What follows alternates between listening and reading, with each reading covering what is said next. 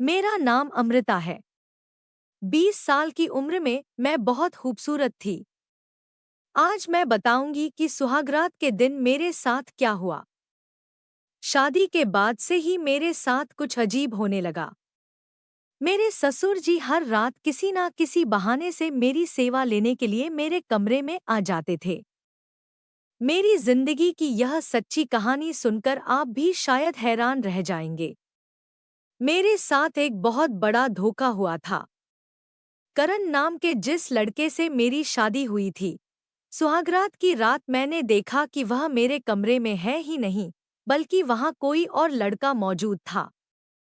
सुहागरात की रात जब मैं अपने पति का इंतजार कर रही थी, तब मेरे ससुर जी ओहन को यानी अपने बेटे को साथ लेकर मेरे कमरे में आए।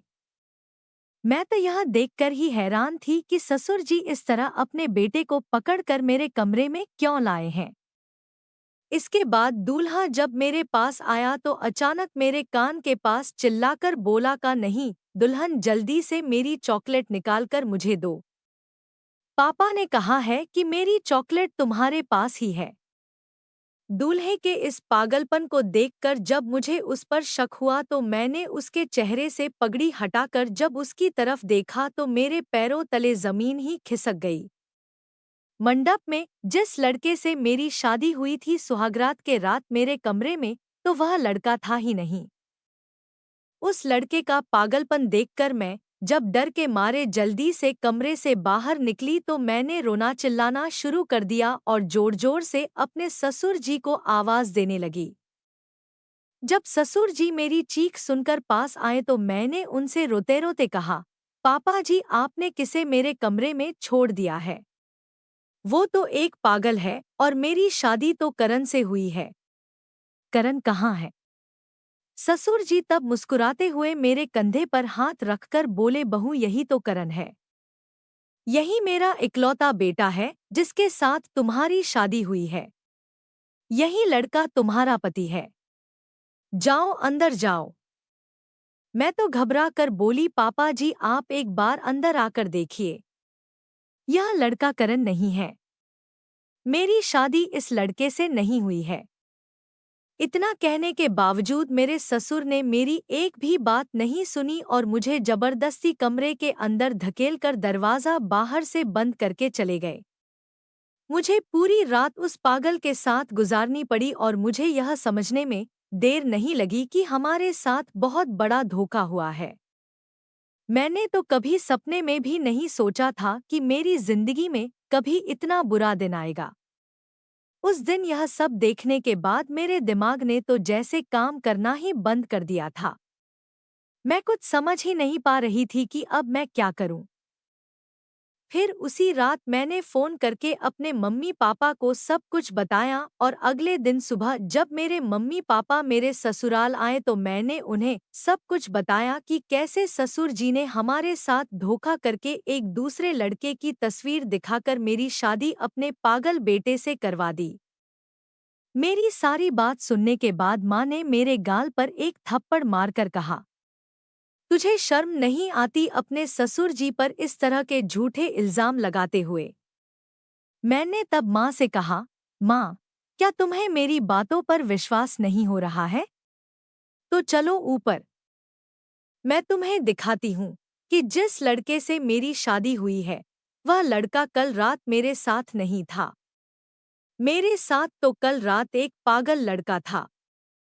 फिर मैं जब माता पिता को खींचकर ऊपर के कमरे में उस पागल लड़के को दिखाने के लिए ले आई, तो ऊपर आकर देखा कि हर कमरा खाली था, लेकिन वो पागल लड़का कहीं नहीं था। तब मेरी माँ ने मेरा हाथ पकड़कर खींचते हुए कहा, जिसके साथ तेरी शादी हुई है उस लड़के से, मतलब करण से तो हम यहाँ आते ही सबसे पहले मिले हैं और करण हमसे मिलकर अपने काम पर निकल गया है। करण बिल्कुल स्वस्थ है।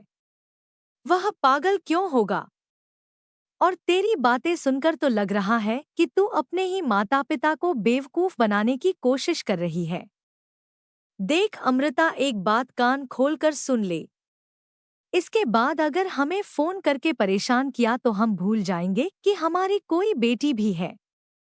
तेरे लिए आज हमारी इज्जत मिट्टी में मिल गई।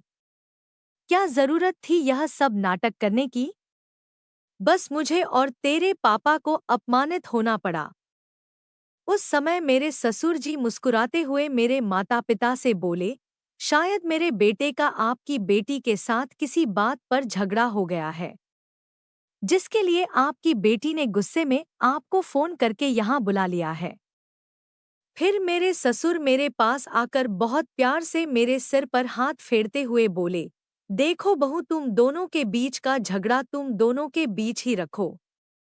अपने माता पिता को इस तरह बुलाने की क्या जरूरत है? उन्हें परेशान करके क्या तुम्हें बहुत अच्छा लगेगा? इसलिए आगे से कोई भी परेशानी हो तो मुझे बताना। मैं तुम दोनों के बीच के सारे झगड़े सुलझा दूंगा। फिर मेरे माता पिता तो मेरी किसी भी बात पर विश्वास ना करके मेरे ससुर के आगे हाथ जोड़कर माफी मांगने लगे और मुझे वहीं छोड़कर चले गए। मैं तो माता पिता के हाथ पैर पकड़कर कह रही थी कि मुझे अकेला छोड़कर ना जाएं। मेरी बात पर विश्वास करें। लेकिन उन्होंने मेरी एक भी बात पर विश्वास नहीं किया। वे तो मेरे जन्मदाता थे। फिर वे कैसे मुझे अनदेखा करके चले गए थे? उनकी बातें सुनकर तो लग रहा था जैसे वे मेरी शादी करके अपने सिर का बोझ हल्का कर चुके हैं। फिर सब कुछ जानने के बाद भी मजबूर होकर मुझे ससुराल में ही रहना पड़ा। इधर मुझे हमेशा लगता था कि मेरे ससुर जी मेरे करीब आने की कोशिश कर रहे हैं। यहाँ तक कि ससुराल में एक दिन हो जाने के बाद उस दिन शाम को मेरे ससुर कमरे के अंदर आकर बोले, देखो बहू, जो होना था वह हो गया। इसलिए सब कुछ मानकर अब तुम्हें इसी घर में रहना होगा और मुझे खुश रखना होगा। ससुर जी की बात सुनकर मैं गुस्से में उनके पास जाकर बोली, आपको शर्म आनी चाहिए कि आपने मुझ जैसी एक जवान लड़की की पूरी जिंदगी बर्बाद कर दी और आप कह रहे हैं कि मैं आपको खुश रखूं।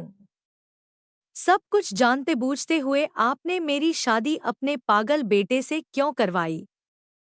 ससुर जी तब मुस्कुराते हुए बोले, बहू, धीरे धीरे सब कुछ जान जाओगी। इसलिए अब ज्यादा बातें ना करके मेरे पैरों में जरा तेल मालिश कर दो। अब जाओ, जाकर रसोई से सरसों का गरम तेल लेकर मेरे कमरे में चली आओ। मैं तुम्हारा ससुर हूँ, इसलिए तुम्हें मेरी सेवा करनी होगी। इसीलिए तो तुम्हें अपने बेटे की बहू बनाकर लाया हूँ। मेरे ससुराल में मेरे पति, ससुर जी और 2 नौकर थे और मेरी सास तो बहुत पहले ही मर चुकी थी। मेरे ससुर जी बहुत अमीर आदमी थे। मेरे ससुर की चावल की एक बहुत बड़ी फैक्ट्री थी। मेरे माता पिता ने सोचा था कि इतने बड़े घर में शादी होने पर मैं बहुत सुखी रहूंगी। लेकिन मेरे माता पिता तो सच मानने को राजी नहीं थे। इसलिए मैंने उनसे उम्मीद छोड़ दी थी। इधर ससुराल में मेरे सिर्फ 3 दिन हुए थे। उसी में लग रहा था जैसे मेरा दम घुट रहा है। मेरे मन की बात कहने के लिए मुझे कोई नहीं मिल रहा था।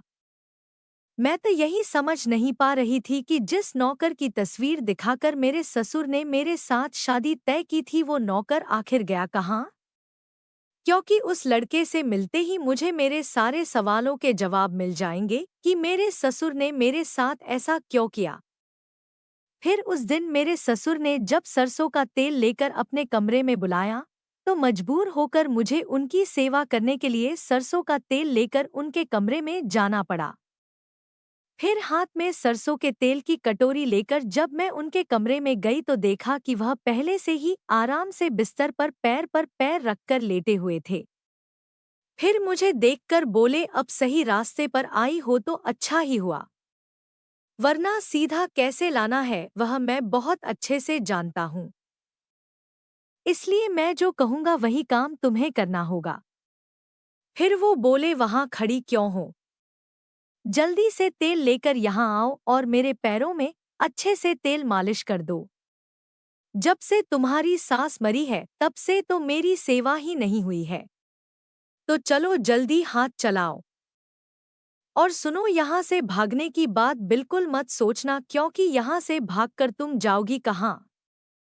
तुम्हारे माता पिता तो तुम्हारी बात पर विश्वास करेंगे नहीं। इसलिए यहाँ रहकर मेरी सेवा पर ध्यान दो तो तुम खुश रहोगी। ससुर जी के मुंह से इस तरह की बातें सुनकर मुझे खुद ही बहुत शर्म आ रही थी, क्योंकि वो मेरे ससुर होकर इस तरह की अश्लील बातें कैसे कर सकते हैं। फिर इच्छा ना होते हुए भी जब मैं बिस्तर पर बैठकर उनके पैरों में तेल मालिश करने लगी तो कुछ देर के लिए लगा कि जैसे मेरे ससुर की मेरे प्रति नियत ठीक नहीं है। फिर मैं डरकर जब ससुर के कमरे से निकलकर अपने कमरे में घुस गई और दरवाजा अंदर से बंद कर लिया। उसके बाद मैं अपनी भावनाओं को रोक नहीं पाई और चीख चीख कर फूट फूट कर रोने लगी, क्योंकि उस दिन मुझे और कुछ समझने में बाकी नहीं था कि मेरे ससुर की नियत सच में मेरे प्रति ठीक नहीं थी। उस दिन के बाद से तो वह जब तक मेरे कमरे में आकर कहते कि मुझे उनके हाथ पैरों में तेल मालिश करनी होगी। फिर उस दिन शाम को जब मैं बहुत उदास होकर छत पर अकेली बैठी थी तो अचानक मेरे सामने आकर जो इंसान खड़ा हुआ, उस इंसान को देखकर तो मेरे पैरों तले जमीन ही खिसक गई थी। दरअसल उस दिन मेरे ससुर का नौकर यानी मनीष मेरे सामने आकर खड़ा हुआ था। यह वही मनीष था जिसकी तस्वीर दिखाकर मेरे ससुर ने अपने पागल बेटे के साथ मेरी शादी करवा दी थी। उस दिन मनीष को देखने के बाद उसे गले लगाकर मैं बहुत रोई थी, और उस दिन मनीष ने मुझे सब कुछ सच सच बता दिया था। दरअसल मेरे ससुर के उस नौकर का नाम तो मनीष था और मनीष की तस्वीर दिखाकर मेरे ससुर ने मेरे साथ अपने पागल बेटे की शादी पक्की कर दी थी।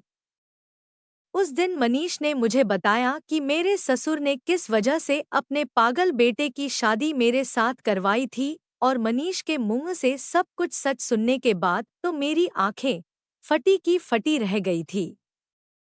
दरअसल मेरे ससुर की मुझ पर बुरी नज़र थी और चूंकि वह एक बुजुर्ग आदमी होकर मुझसे शादी नहीं कर सकते थे, इसलिए मुझे अपने पास पाने के लिए उन्होंने मनीष की तस्वीर दिखाकर मेरी शादी अपने पागल बेटे से करवा दी थी।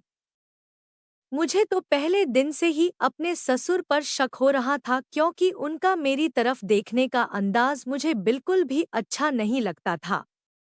लेकिन मैंने तो सपने में भी नहीं सोचा था कि वह सच में इतने बुरे इंसान होंगे।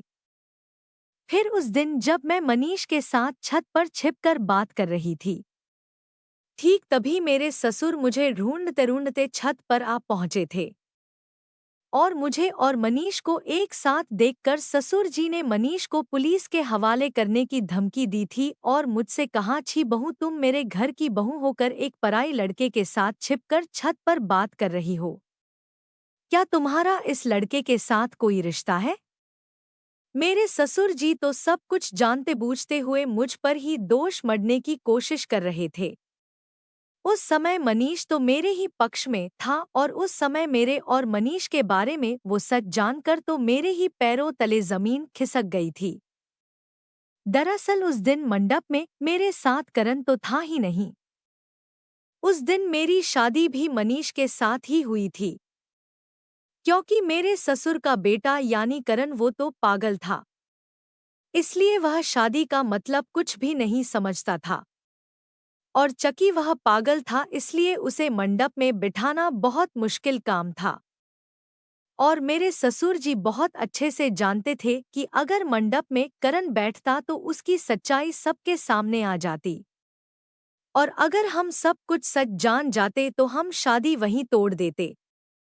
इसलिए मेरे ससुर जी ने चालाकी से मेरी शादी भी अपने नौकर मनीष के साथ ही करवा दी थी, और शादी हो जाने के बाद मेरे ससुर ने मनीष को अपना मुंह बंद रखने के लिए 4 लाख दिए थे।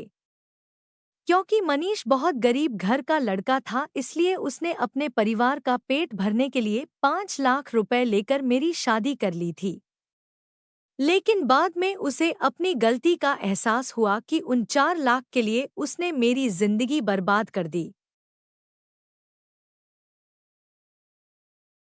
इसलिए मनीष अपनी गलती मानकर मुझे सब कुछ सच बताने आया था और ससुर जी ने मेरे साथ ऐसा सिर्फ अपनी ज़रूरतें पूरी करने के लिए किया था क्योंकि उनका बेटा क्योंकि पागल था, इसलिए वह इसका फ़ायदा उठाने के लिए मुझे जानबूझकर घर की बहू बनाकर लाए थे ताकि वह मेरे साथ अपनी गंदी इच्छाएं पूरी कर सके।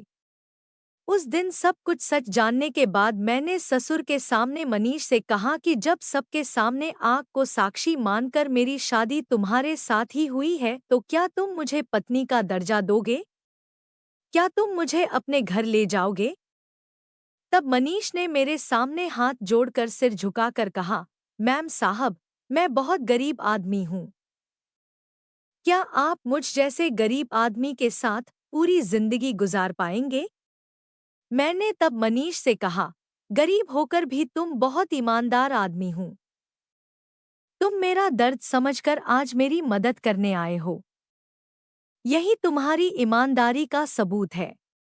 इसलिए मैं पैसे कौड़ी के हिसाब से नहीं, बल्कि ईमानदारी के हिसाब से तुम्हें अपने पति के रूप में स्वीकार करती हूँ। मुझे कोई पैसा दौलत नहीं चाहिए।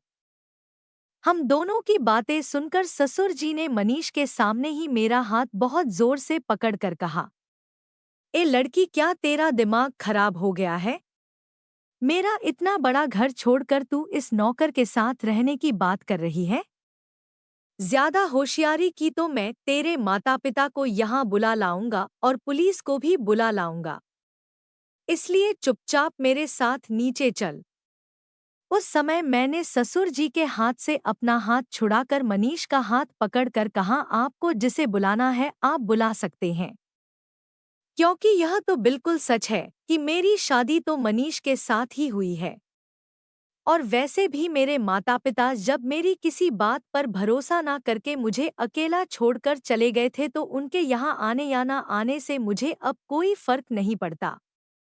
इसलिए मैं अभी अपने पति के साथ ससुराल जाऊंगी और अगर आपने ज्यादा होशियारी की तो मैं और मेरे पति पुलिस के पास जाकर आपके नाम पर रिपोर्ट करेंगे। यह बात याद रखिएगा। यहाँ तक कि वह इतने बेशर्म आदमी थे कि उन्होंने अपने दिए हुए वह 5 लाख रुपए भी मेरे पति से वापस ले लिए थे। फिर मैं अपने पति के साथ ससुराल चली आई थी। ससुराल आने के कुछ दिनों बाद ही मेरे माता पिता भी मनीष के घर यानी मेरे ससुराल आ पहुंचे थे। उस दिन मेरे माता पिता ने अपनी गलती मानकर मुझसे माफी भी मांगी थी और मुझे अपने साथ घर ले जाने की बात कही थी।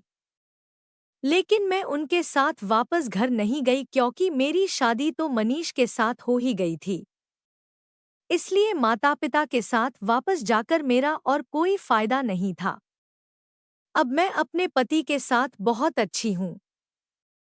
मेरे पति गरीब हैं, लेकिन उनका दिल बहुत बड़ा है। वो मुझसे बहुत प्यार करते हैं और बहुत सुखी रखा है। इस दुनिया में कितने तरह के लोग हैं, यह समझना तो बहुत मुश्किल है। मैंने तो सपने में भी नहीं सोचा था कि मेरे साथ कभी ऐसा होगा।